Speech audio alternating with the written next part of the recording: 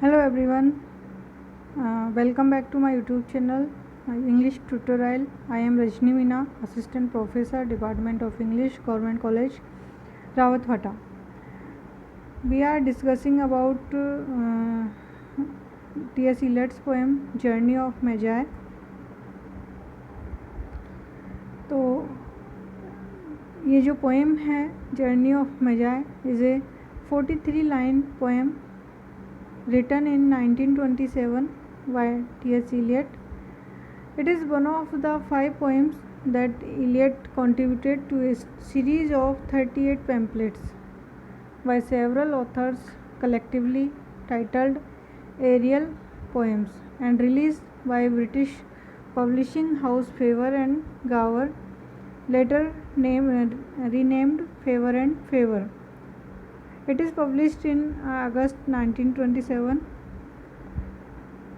and Journey of Magi was the 8th in the series and was accompanied by illustrations drawn by American-born avant-garde artist Edward McKnight Kaufman.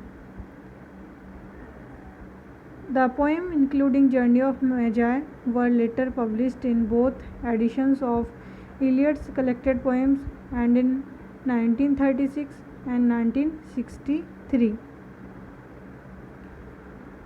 This poem was shortly written after Eliot's conversion to the Anglican faith.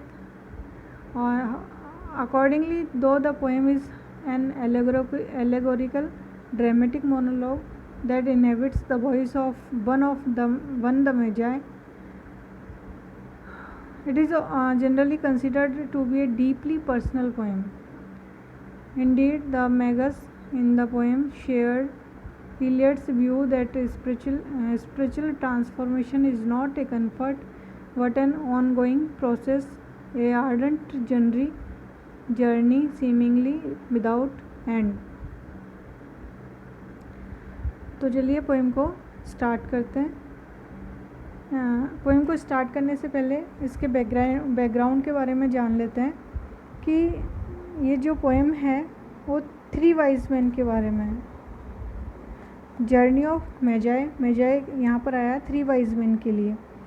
ये 3 wise man जो है जब Jesus Christ का जन्म हुआ था तो उनसे मिलने जा रहे थे, तो उन्होंने एक स्टार को फॉलो किया था, बाद में से जीसस को गिफ्ट कर दिया था.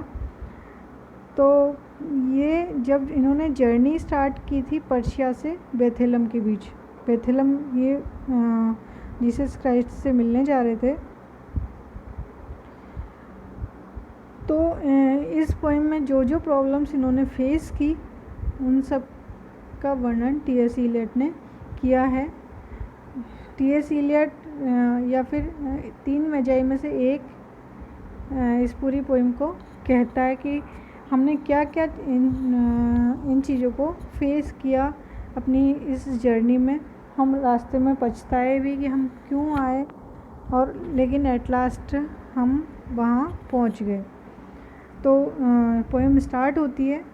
ए cold coming we had of it just the worst time of the year. जो 3 मैजाई हैं उनमें से एक बोल रहा है कि बहुत ठंड वाला टाइम है. जैसा कि हम सब जानते हैं जीसस क्राइस्ट का बर्थ 25 दिसंबर को हुआ था. तो वो कह रहे हैं कि ना बहुत ठंडी वाला टाइम था, बहुत ज़्यादा विंटर थी, चारों तरफ बर्फ़ जमी हुई थी और बहुत रस्ट टाइम था ईयर का. For a journey such a long journey, ऐसी जर्नी के लिए तो ये बहुत ही रस्ट बुरा टाइम था. और हम तो बहुत लंबी जर्नी पर जा रहे थे कि ये लोग पर्शिया से बेथेलम जा रहे थे जहाँ पर जीसस क्राइस्ट का बर्थ हुआ था, उनसे मिलने जा रहे थे. तो इनका रास्ता बहुत लंबा था. द वेज डीप, रास्ते बहुत गहरे थे.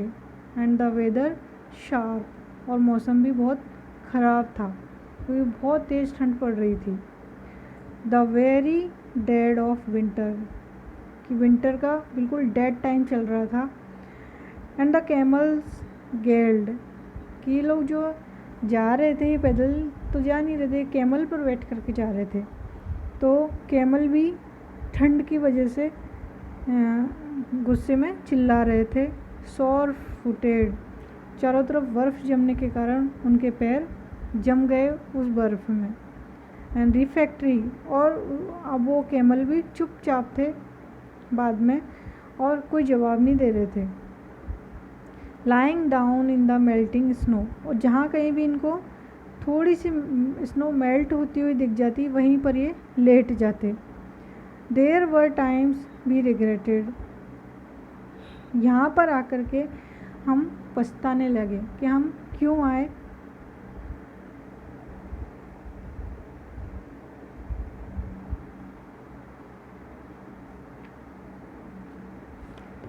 वी रिग्रेटेड कि हम क्यों आए इस जर्नी पर। The summer places on slopes and the terraces and the silken girls bringing शरबत, तो वो अपने हैप्पी टाइम को याद करते हैं।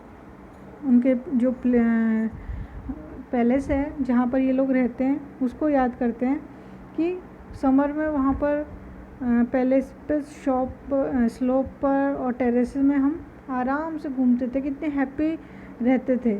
और जो सिल्कन गर्ल्स थी वो हमारे लिए शरबत बनाया करती थी। तो हैप्पी लोग उस टाइम को याद कर रहे हैं और इस टाइम को सबसे बुरा बता रहे हैं, पछता रहे हैं कि हम ऐसी जर्नी पर क्यों आए। Then the camel men cursing and grumbling, तो जो कैमल थे इनके साथ, इनके जो रखवाले थे वो इन लोगों को अभिशाप दे रहे थे, इनको भला बुरा कह रहे थे, इनको डांट रहे थे। एंड रनिंग अवे, कुछ तो उनमें से भाग गए। And wanting their liquor and women, और जो लोग बच गए थे मतलब नहीं भागे थे, उनको शराब की ज़रूरत थी, वो शराब मांग रहे थे और वुमेन मांग रहे थे। And the night fires going out, और जो उनके पास मशालें थी वो ख़त्म हो चुकी थी। And the lake of shelters, और रुकने का कोई ठिकाना उनको नहीं दिख रहा था। And the cities hostile and towns unfriendly, जो भी शहर उनको दिखता वो उनको ऐसा लगता कि वो उसका एनिमी है। एंड और जो टाउन थे वो अनफ्रेंडली दिख रहे थे। एंड द विलेजेस डर्टी, गांव गंदे थे। एंड चार्जिंग हाई प्राइसेस, और किसी गांव में अगर ये सोचते भी रुकने के लिए तो वो लोग ठहरने के बहुत ज़्यादा पैसे मांग रहे थे। A hard time we had of it, हमारे लिए ये बहुत हार्ड टाइम था, बहुत बुरा टाइम था जिसे हम फेस कर रहे थे। At the end we prefer to travel all night, जब हमें कहीं भी रुकने का कोई ठिकाना नहीं मिला कहीं भी चारों तरफ, तो हमने फिर निर्णय लिया कि हम पूरी रात चलेंगे, कहीं नहीं रुकेंगे। स्लीपिंग इन स्नैचेज, हमारी नींद छिन चुकी थी। With the voices singing in are years, कि जो आवाज़ें जो हमारे कानों में गीत गुनगुना रही थी। Saying that this was all folly, वो हमारे कानों में कह रही थी कि तुम कितने मूर्ख व्यक्ति हो जो तुमने ऐसे हार्ड टाइम को चुना ट्रैवलिंग के लिए, कि चारों तरफ बर्फ़ छाई हुई है, तुम लोग कैसे वहाँ तक पहुँचोगे, और ऐसा ना हो कि तुम्हारी ये जो जर्नी है वो व्यर्थ चली जाए।